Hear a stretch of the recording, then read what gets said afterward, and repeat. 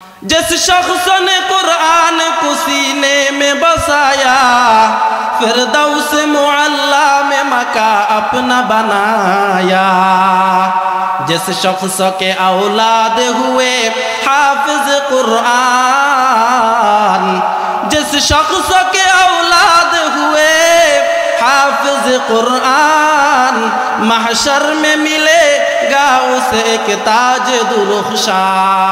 10 अहले जहन्नम की सुपारिश करेगा, 10 अहले जहन्नम की सुपारिश करेगा।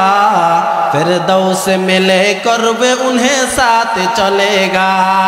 10 नेकियां हर पे पाता है मुसलमान, यूं काबिल सदरश को है हर हामिल कुरान। क्या खूब है, क्या खूब है कुरान की फैजान की बाती। ऐ मोमिन करते रहो कुरान की बाती। कुरानेर कथा बोलले मजा लागे ना खाराप लागे? कुरानेर तिलावत करले मजा लागे ना खाराप लागे? আল্লাহর নামের শপথ করে গেলাম, পৃথিবীতে যত বই আছে আপনি একবারের বেশি 2 বার পড়লে বিরক্ত হয়ে যাবেন, তার থেকে বেশি যদি 3 বার পড়েন বিরক্ত হয়ে যাবেন। কিন্তু কোরআনুল কারীম এমন একটি কিতাব আপনি যত পড়বেন ততই মজা লাগবে। পৃথিবীতে এমন কোনো কিতাব নাই যেই কিতাবটাকে এত বেশি পরিমাণ তিলাওয়াত করা হয়েছে কোরআনের মতো। আছে? কি বলেন আছে? পৃথিবীতে এমন কোনো গ্রন্থ, এমন কোনো কিতাব দেখাইতে পারবেন না যেটা কোরআনের মতো এত বেশি পাঠ করা হয়। এবং এই কোরআনের ছোঁয়ার কারণে, এই কোরআনের তিলাওয়াতের কারণে আল্লাহ রাব্বুল আলামিন বহু পথহারা মানুষকে পথের দিশা দিয়ে দিয়েছে। وقال النبي صلى الله عليه وآله وسلم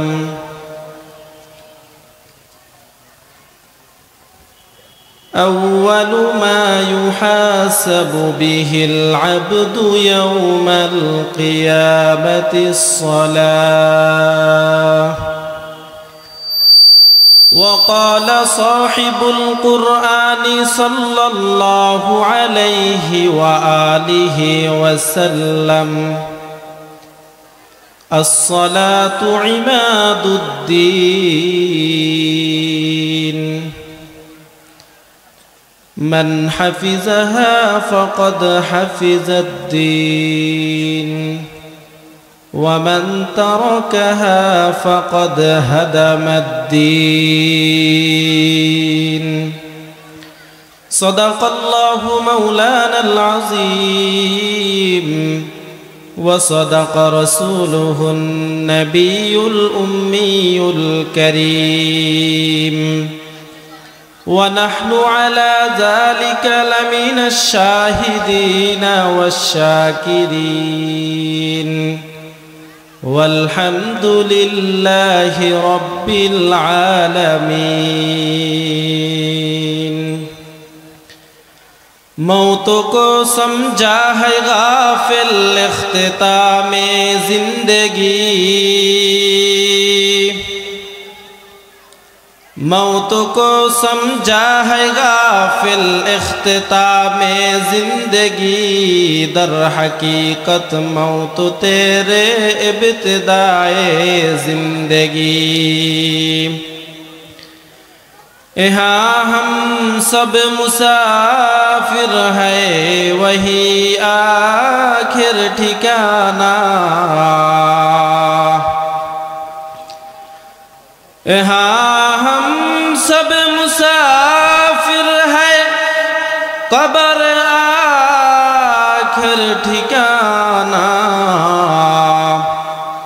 कोई आगे रवाना है कोई पीछे रवाना,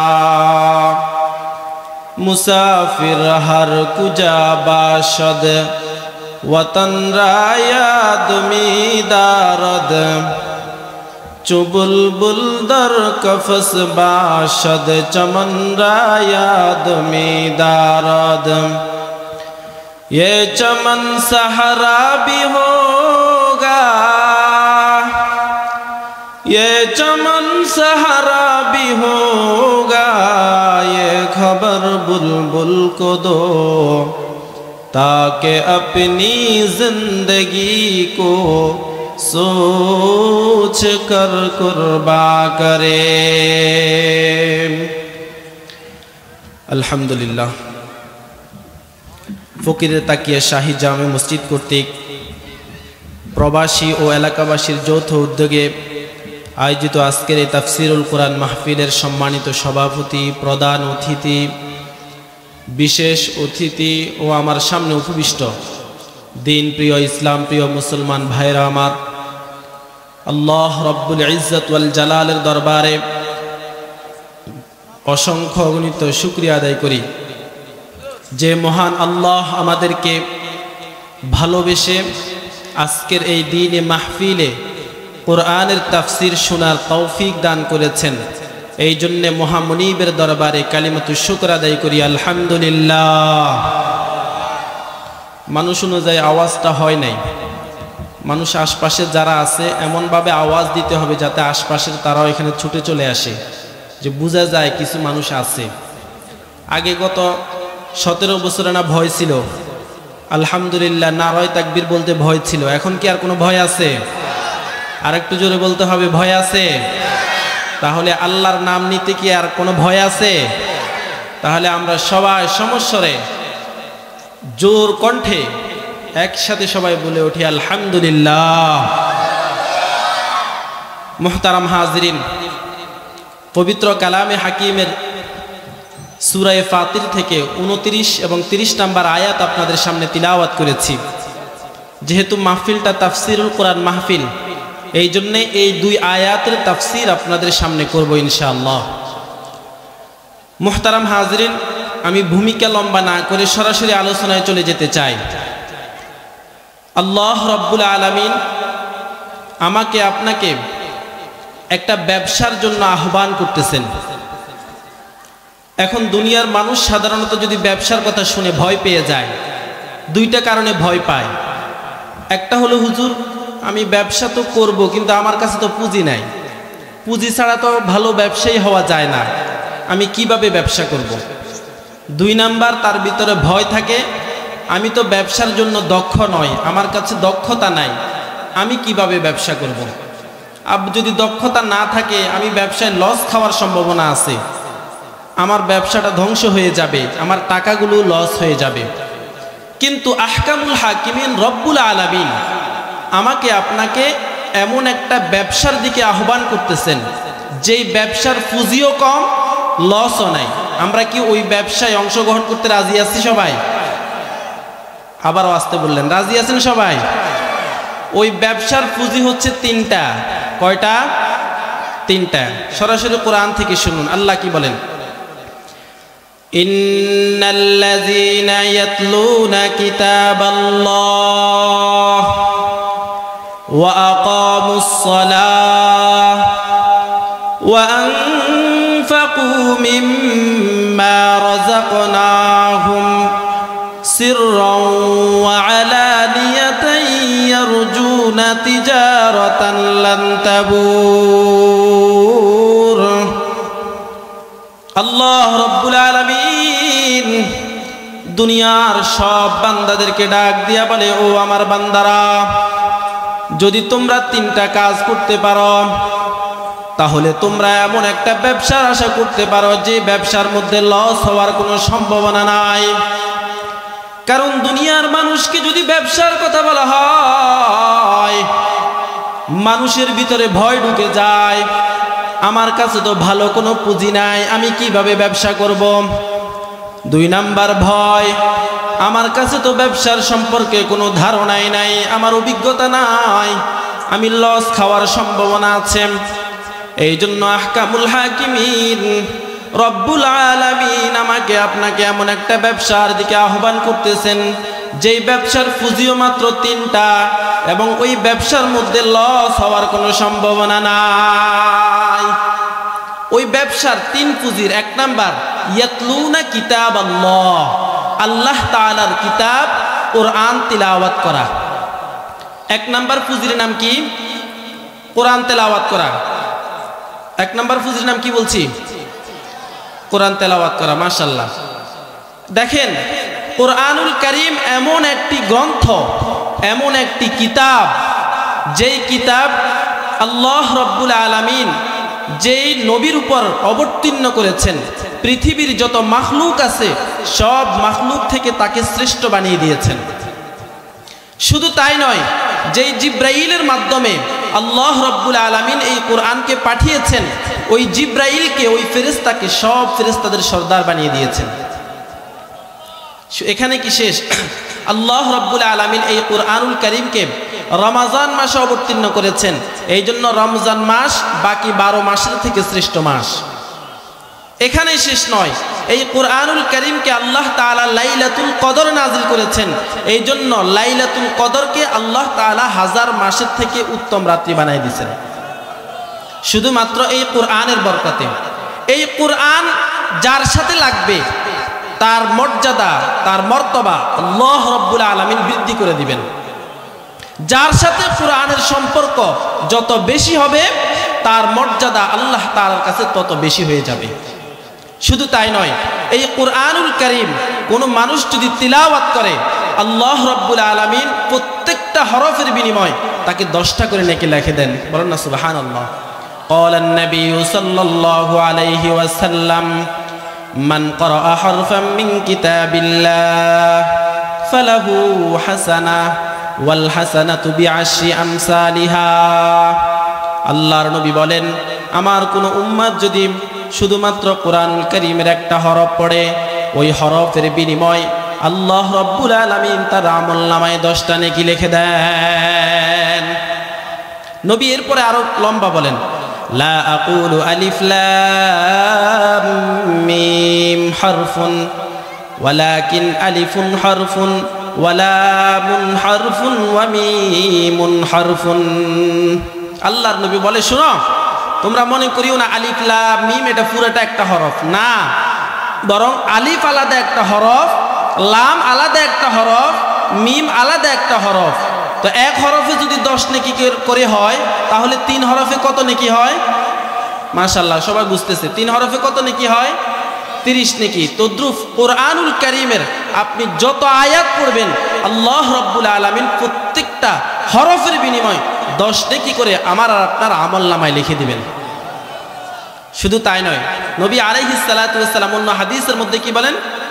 মান ক্বারাআল কুরআন ফাস্তাযহারাহু ফাআহাল্লা হালালাহু ওয়া হাররামা হারামাহু আদখালাহুল্লাহুল জান্নাহ। কোন মানুষ যদি এই কোরআনুল কারীমকে পড়ে এবং সেই অনুযায়ী আমল করে, তাহলে আল্লাহ তাআলা বলেন তাকে আমি জান্নাতে প্রবেশ করিয়ে দিব। এখানে শুধু শেষ নয়, আমি আর আপনি তেলাওয়াত করলে প্রত্যেক হরফের বিনিময়ে সওয়াব পাইলাম, এবং এই তেলাওয়াতের বিনিময়ে আমি আর আপনি কাল কিয়ামতের ময়দানে জান্নাতে চলে গেলাম। শুধু এখানে শেষ নয়, আল্লাহর নবী অন্য হাদিসে কি বলেন? ক্বালান নবী সাল্লাল্লাহু আলাইহি ওয়াসাল্লাম, আল কুরআনু হুজ্জাতুন লাকা আও আলাইকা। ও দুনিয়ার উম্মতেরা, এই কোরআনুল কারীম হয়তো তোমার পক্ষে সাক্ষী দিবে অথবা তোমার বিপক্ষে সাক্ষী দিবে। এখানেই শেষ নয়, কবরের মধ্যে যখন যাওয়া হবে, কবরে যাওয়ার পরে যখন ফেরেশতারা আসমান থেকে আসবে তাকে প্রশ্ন করার জন্যে, যে ব্যক্তি কোরআনুল কারীম তিলাওয়াত করত, কোরআন তার মাথার পাশ দিয়ে যায় বলবে, এই তারে কি জিগাও, এ তো আমারে ধারণ করছে, আজকে তুমি আমারে জিগাও। কথা বুঝেন নাই? কোরআনুল কারীম তার পক্ষ হয়ে ওই ফেরেশতাদের সাথে কথা বলতে থাকবে, বলবে এ তো আমাকে ধারণ করেছে, আমার অনুযায়ী আমল করেছে, আজকে তোমরা তাকে মুক্তি দিয়ে দাও। আমি যতক্ষণ পর্যন্ত তাকে জান্নাতে না নিব, ততক্ষণ পর্যন্ত আমি তার পিছ ছাড়ব না। এখানে শেষ নয়, আল্লাহর নবী অন্য হাদিসের মধ্যে বলেন, কাল ময়দানে মাহশরে একদল লোকের ব্যাপারে ফয়সালা হয়ে যাবে, তারা জাহান্নামে চলে যাবে। এমত অবস্থায় আল্লাহ রাব্বুল আলামিন হঠাৎ করে দেখবেন কোরআনুল কারীম এসে দাঁড়ায় গেছে। কোরআন ডাক দিয়ে বলতেছে, ওগো আল্লাহ, আপনি আমার এই আপনার এই বান্দাটাকে, বিশেষ বান্দাটাকে আপনি জাহান্নামে দিবেন না। আল্লাহ রব্বুল আলামিন জিজ্ঞেস করে, কেন, কি হয়েছে? বলে, আল্লাহ, দুনিয়াতে এই ব্যক্তিটা আমি কোরআনকে ধারণ করেছে বুকের মধ্যে, আজকে আমি তাকে না ধারণ করে আমি ক্ষান্ত হব না। তাহলে এই কোরআনুল কারীম তেলাওয়াত করলে লাভ আছে নাকি নাই? যদি এখন তেলাওয়াত করতে না পারে, ছেলে সন্তানদেরকে পড়াইলে কি লাভ? শুনেন, মান ক্বারাআল কুরআন ওয়া আমিলা বিমা ফীহি উলবিসা ওয়ালিদাহু তাজান ইয়াউমাল কিয়ামাহ। আল্লাহর নবী বলেন, কোনো মানুষ যদি তাদের ছেলে সন্তানদেরকে এই কোরআনুল কারীমের হাফেজ বানায়, কোরআনুল কারীম শিক্ষা দেয় এবং তারা সেই অনুযায়ী আমল করে, কাল ময়দানে মাহশরে তাদের মাতা পিতা উভয়জনকে নূরের একটা তাজ পরিয়ে দেওয়া হবে। পাশের লোকজন দেখে জিজ্ঞেস করবে, ব্যাপারটা কি? এ তো আমাদের আব্দুর রহমান, এ তো দেখি রহিমা, এ তো দেখি সকিনা, আজকে তার এত কেন মর্যাদা? তাকে কেন আজকে নূরের তাজ পরানো হলো? ফেরেশতারা ডাক দিয়া বলবে, দুনিয়ার যদিও আব্দুর রহমান ছিল, দুনিয়াতে যদিও নাকি আব্দুর রহিম ছিল, কিন্তু তাদের ছেলে সন্তানদেরকে, তাদের নাতি নাতকুরদেরকে হাফেজে কোরআন বানানোর কারণে, কোরআন ধারণকারীওয়ালা বানানোর কারণে আল্লাহ রব্বুল আলামিন আজকে তাদেরকে নূরের তাজ পরিয়ে দিয়েছেন। তাহলে এই কোরআনুল কারীম নিজে পড়লে, ছেলে সন্তানদেরকে পড়াইলে লাভ আছে নাকি নাই? এবার আসেন, যে ব্যক্তি কোরআন তিলাওয়াত করে, আল্লাহ রব্বুল আলামিন তার উপরে অনবরত রহমত বর্ষণ করতে থাকেন। অনবরত কি করতে থাকেন? রহমত বর্ষণ করতে থাকেন। কথা হলো, আমরা দেখি না, আমাদের এই চর্মচক্ষে দেখা যায় না, ফেরেশতারা আল্লাহ তাআলার রহমত নিয়ে সোজা জমিনে চলে আসেন। আরেকটা হাদিস বলি সহিহ মুসলিমের, নবী আলাইহিস সালাতু ওয়াস সালামের একজন বিশেষ সাহাবী হযরত উসাইদ বিন হুযাইর রাদিয়াল্লাহু তাআলা আনহু, একদিন রাত্রিবেলা তিনি কোরআনুল কারীম তিলাওয়াত করতেছিলেন। হঠাৎ করে তিনি দেখেন তার পাশে যে ঘোড়াটা আছে, ওই ঘোড়াটা লাফালাফি শুরু করে দিচ্ছে। উসাইদ বিন হুযাইর কোরআন তেলাওয়াত বন্ধ করে দিলেন।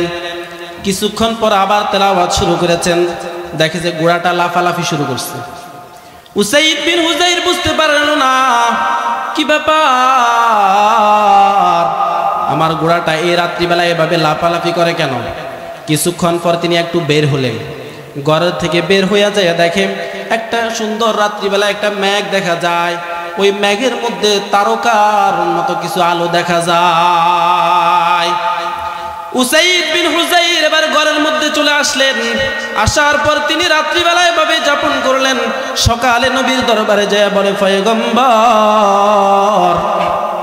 গত রাতে আমি আশ্চর্য ধরনের একটা ঘটনা দেখলাম।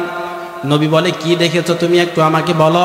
বলে, পয়গম্বর, আমি যখন কোরআনুল কারীম তিলাওয়াত করি, আমি দেখি আমার পাশে যে ঘোড়াটা আছে এটা লাফালাফি করে।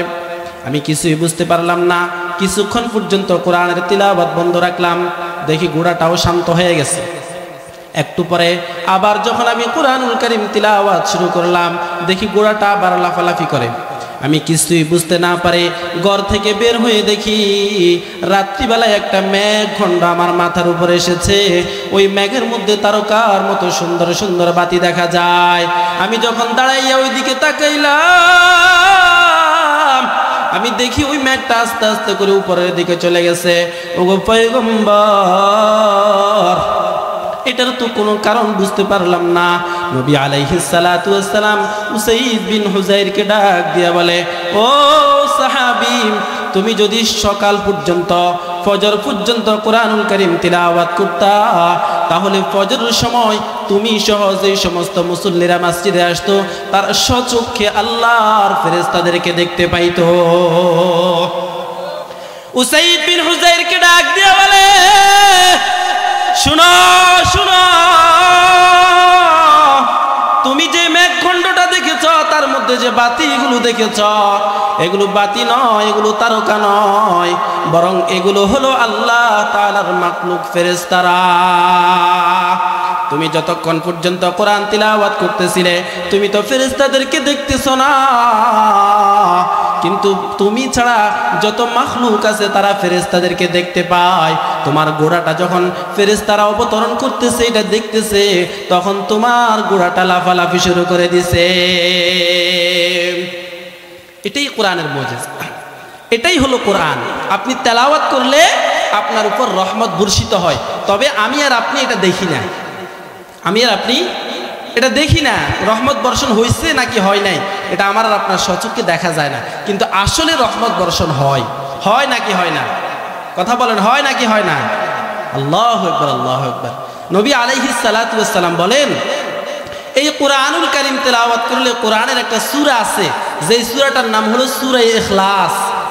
কোন উম্মত যদি এই সূরা ইখলাস ঘুমানোর আগে একবার তেলাওয়াত করে, নবী আলাইহিস সালাতু ওয়াস সালাম বলেন, সে কোরআনের 3 ভাগের 1 ভাগ তেলাওয়াত করার যেই পরিমাণ সওয়াব, সেই পরিমাণ সওয়াব তার আমলনামায় আল্লাহ তাআলা লিখে দেন।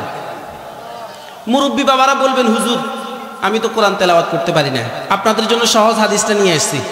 নবী বলেন, সাহাবীদেরকে বলেন, এই সাহাবীরা তোমরা কি রাত্রিবেলা ঘুমানোর পূর্বে 3 ভাগের 1 ভাগ কোরআন তিলাওয়াত করতে পারবা? সাহাবীরা ডাক দিয়া বলে, ইয়া রাসূলুল্লাহ, এটা তো অনেক কঠিন ব্যাপার, কিভাবে এতটুকু কোরআন তিলাওয়াত করবে, এটা তো কারো পক্ষে সম্ভব নয়।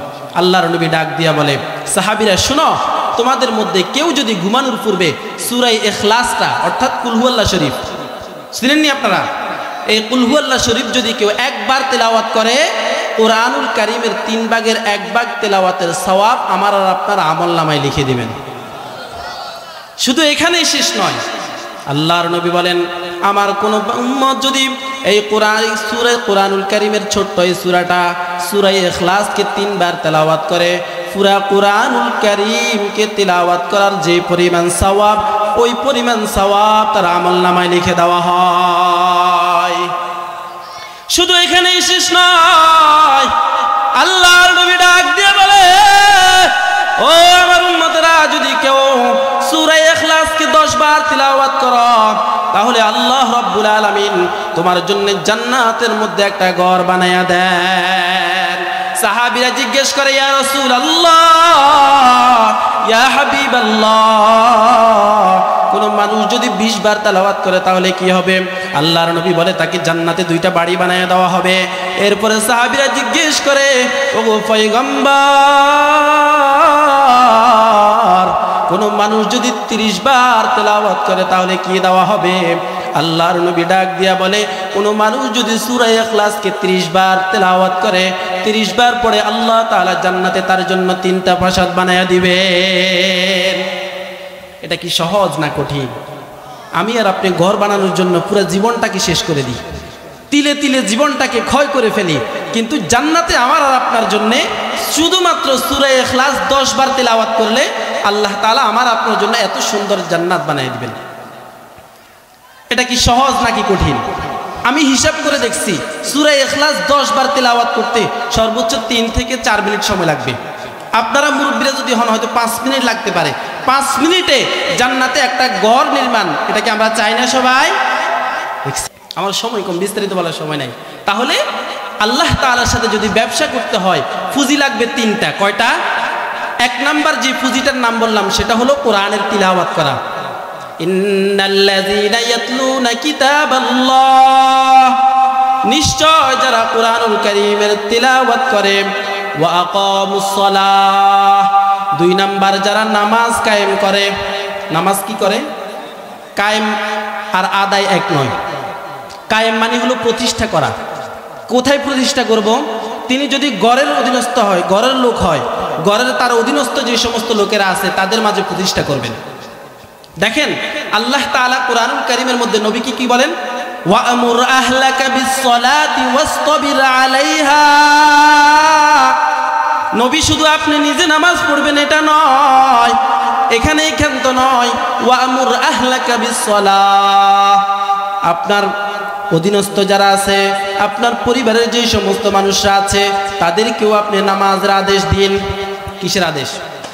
এখন তো হাজির সাহেব মানুষ, নামাজ পড়তে পড়তে কপালের মধ্যে দাগ ফালাই দিছে, কিন্তু একবারও নিজের বউকে, ঘরের ছেলের বউকে, ছেলে মেয়েদেরকে একবারও নামাজের কথা বলে না। আছে না এরকম মানুষ? খুব ভালো করে মনে রাখবেন, কাল কিয়ামতের ময়দানে ওই ছেলেরাই আল্লাহ তাআলার দরবারে দাঁড়ায় বলবে, আল্লাহ, আমার বাবারা কোনোদিন আমাকে বলে নাই যে চলো বাবা নামাজ পড়ো, ফজরের নামাজটা চলো আমার সাথে যায় পড়ো। বাড়ি থেকে মসজিদ থেকে এসে বাড়িতে এসে কখনো বলে নাই এই যারা নামাজ পড়ো নাই তাদের খাবার নাই আজকে, কোনোদিন এটা বলে নাই। তখন কি উপায় হবে? আমার আর আপনার কি উপায় হবে? তখন ওই সন্তান ডাক দিয়ে বলবে, আল্লাহ আপনি আমার জন্য আজকে জাহান্নামের ফয়সালা করেছেন, আমার কোনো টেনশন নাই, তবে আল্লাহ আমার মা বাবার গাড়ের উপর চাপাইয়া আমি আজকে জাহান্নামে যেতে চাই। قال النبي صلى الله عليه وسلم الصلاة عماد الدين من أقامها فقد أقام الدين ومن تركها فقد هدم الدين। আল্লাহর নবী বলেন নামাজ সালাত এটা হলো দ্বীনের একটা ভিত্তি।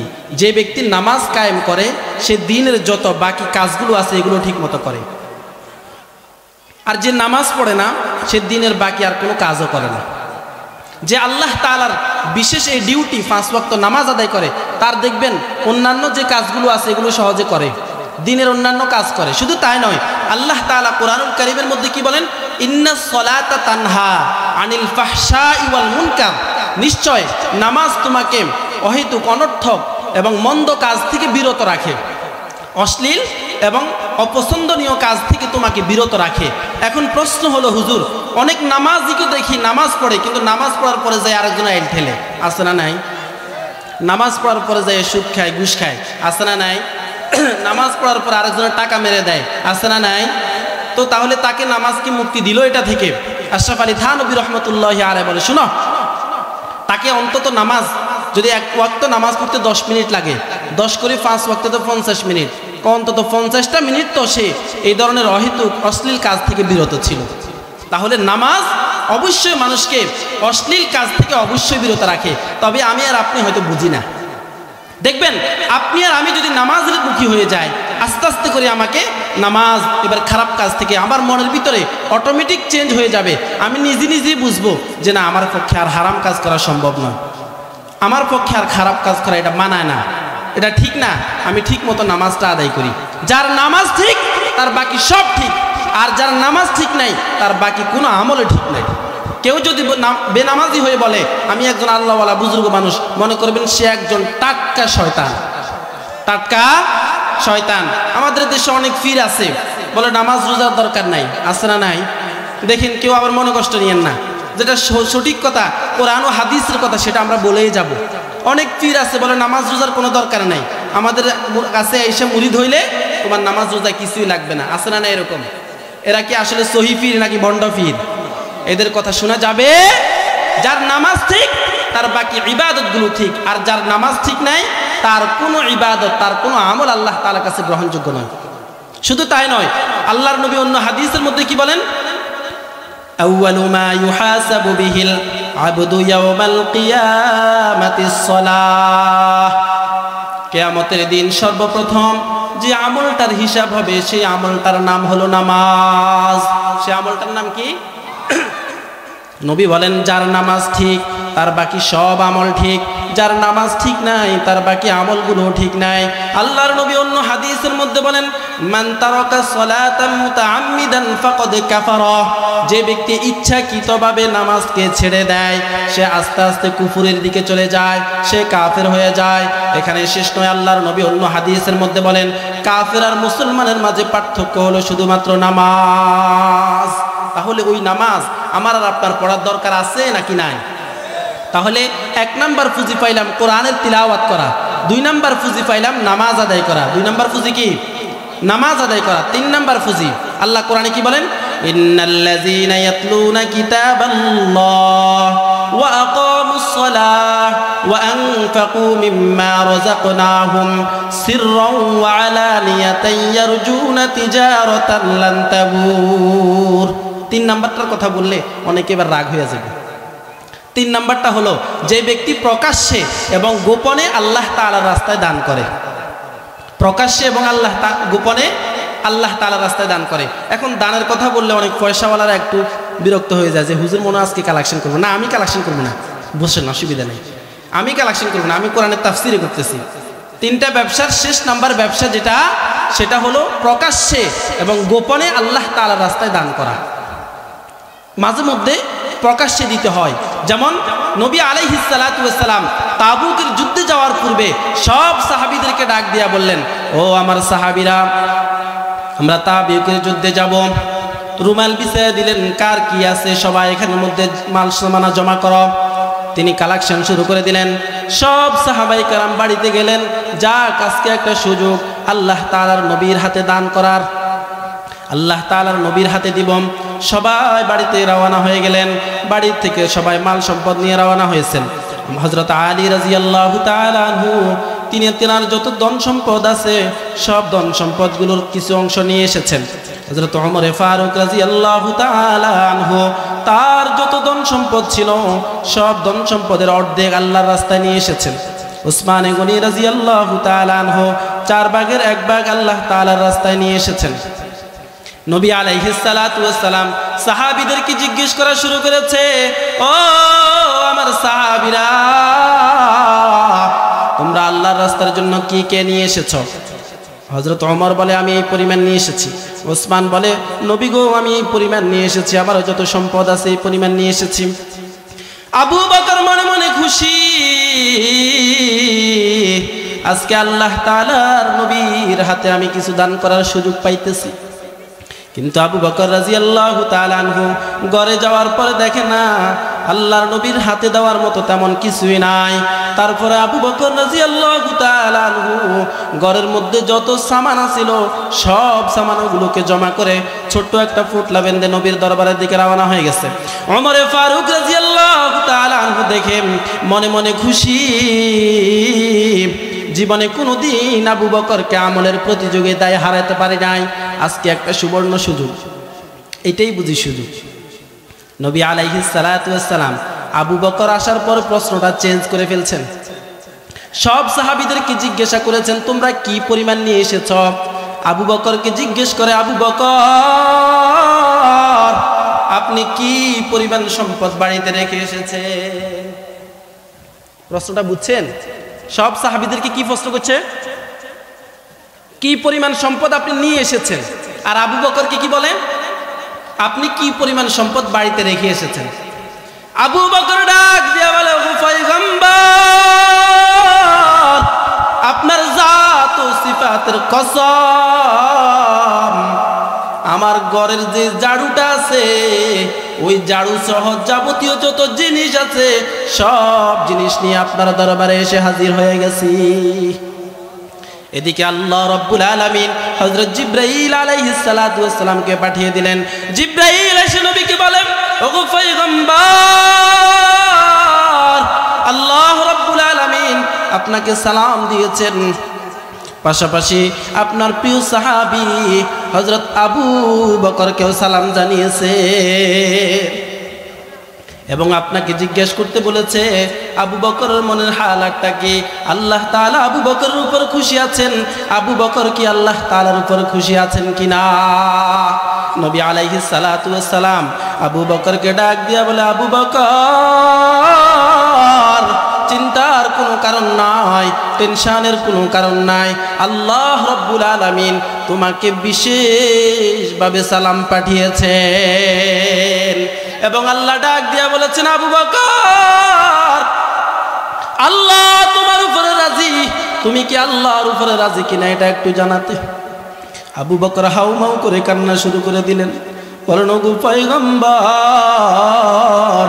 আমি যদি আল্লাহর উপর রাজি না হইতাম আপনার ডাকে সাড়া দিয়ে আবার ঘরের ঝাড়ুটা পর্যন্ত নিয়ে আসতাম না। وأنفقوا مما رزقناهم سرا وعلانية يرجون تجارة لن تبور।